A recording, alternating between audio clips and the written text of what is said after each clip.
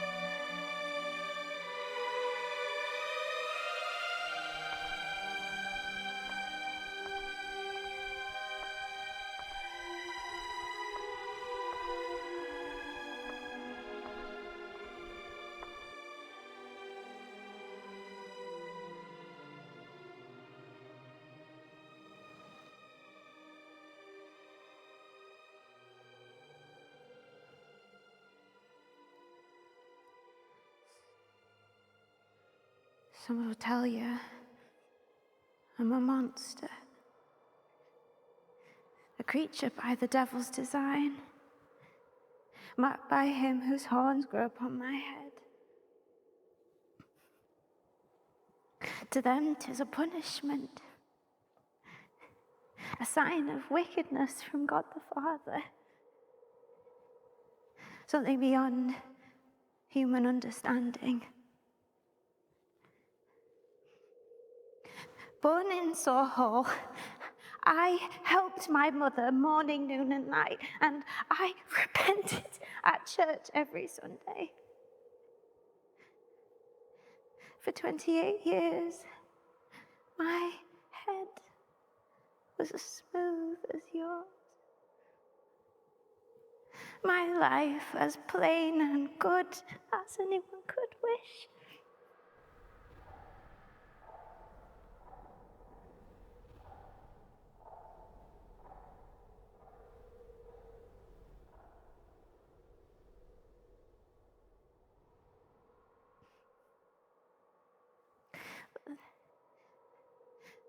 Then came the first sign.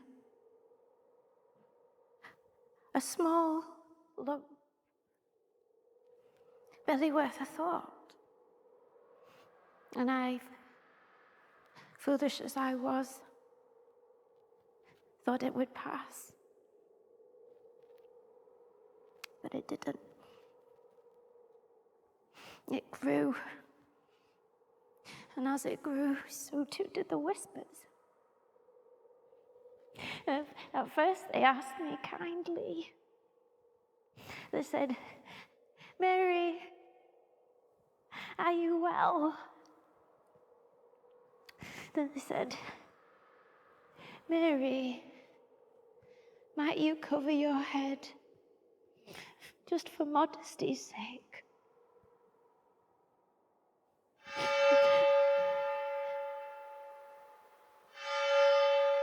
Modesty.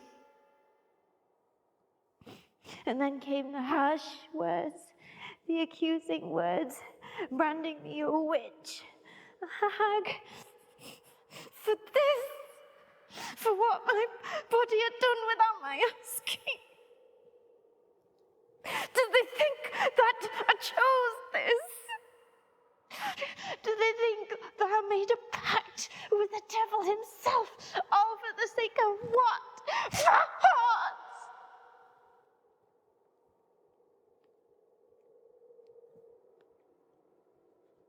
Do they think I wanted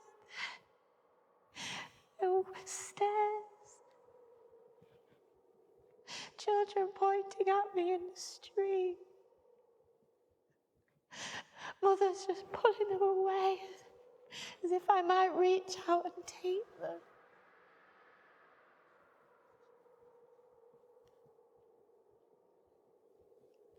But fear,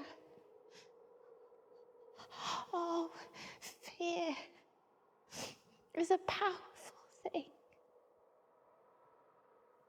Fear twists the heart and blinds the eyes. I watched friends turn into strangers, and neighbours into strangers.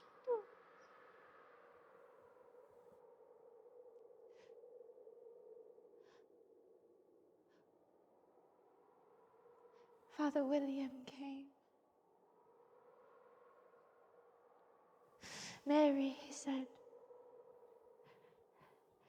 perhaps it's best that you stay out of sight, so as not to cause distress. But I could not, would not hide. These horns, they may be strange, but they are as much a part of me as my hands or my voice.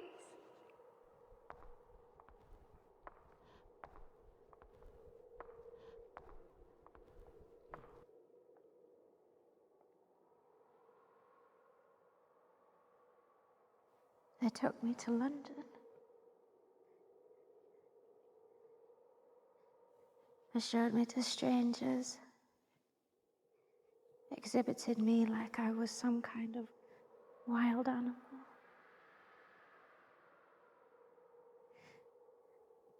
They gathered close, craning their necks,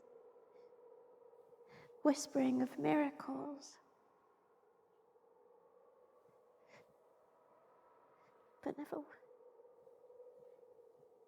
But never once did any of them ask me, "What is your name?" To them, I'm the Horned Woman of Saughall. Nothing more.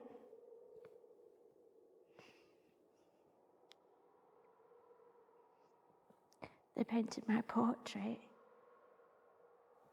It hangs there now in Hansloan's hall.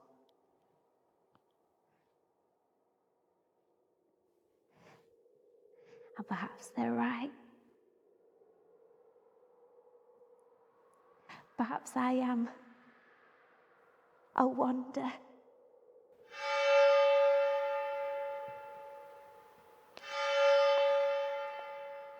These may be a burden,